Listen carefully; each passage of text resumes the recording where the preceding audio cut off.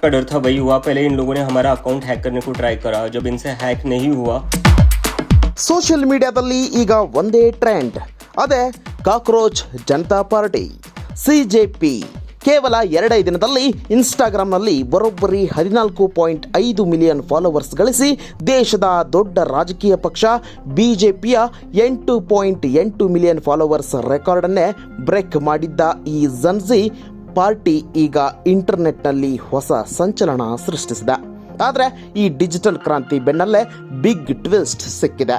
ಹೌದು, ಇನ್ಸ್ಟಾಗ್ರಾಂನಲ್ಲಿ ಧೂಳೆಬ್ಬಿಸಿದ ಕೆಲವೇ ಗಂಟೆಗಳಲ್ಲಿ ಸಿಜೆಪಿಯ ಅಧಿಕೃತ ಎಕ್ಸ್ ಖಾತೆಯನ್ನು ಭಾರತದಲ್ಲಿ ಬ್ಲಾಕ್ ಮಾಡಲಾಗಿದೆ. ನಿರುದ್ಯೋಗ, ಪೇಪರ್ ಲೀಕ್, ಭ್ರಷ್ಟಾಚಾರದ ವಿರುದ್ಧ ಯುವಜನರು ಆರಂಭಿಸಿದ ಈ ವಿಡಂಬನಾತ್ಮಕ ಚಳುವಳಿ ಈಗ ರಾಜಕೀಯ ವಲಯದಲ್ಲೂ ನಡುಕ ಹುಟ್ಟಿಸಿದೆ. ಅಷ್ಟಕ್ಕೂ ಏನಿದು ಸಿಜೆಪಿ? ಯುವಕರಿಂದ ಯುವಕರಿಗಾಗಿ ಯುವಜನರ ರಾಜಕೀಯ ರಂಗ ಎಂದೇ ಕರೆದುಕೊಂಡಿರುವ ಈ ಪೇಜ್ ಜಾತ್ಯತೀತ, ಸಮಾಜವಾದಿ, ಪ್ರಜಾಪ್ರಭುತ್ವ ಮತ್ತು ಸೋಮಾರಿ ಎಂಬ ಕ್ರೇಜಿ ಸ್ಲೋಗನ್ ಮೂಲಕ ಯುವಜನರ ಫೇವರೇಟ್ ಆಗಿದೆ. ಖಾತೆ ಬ್ಲಾಕ್ ಬೆನ್ನಲ್ಲೇ ಕಿಡಿಕಾರಿರುವ ಸಂಸ್ಥಾಪಕ ಅಭಿಜಿತ್ ದೀಪ್ಕೆ.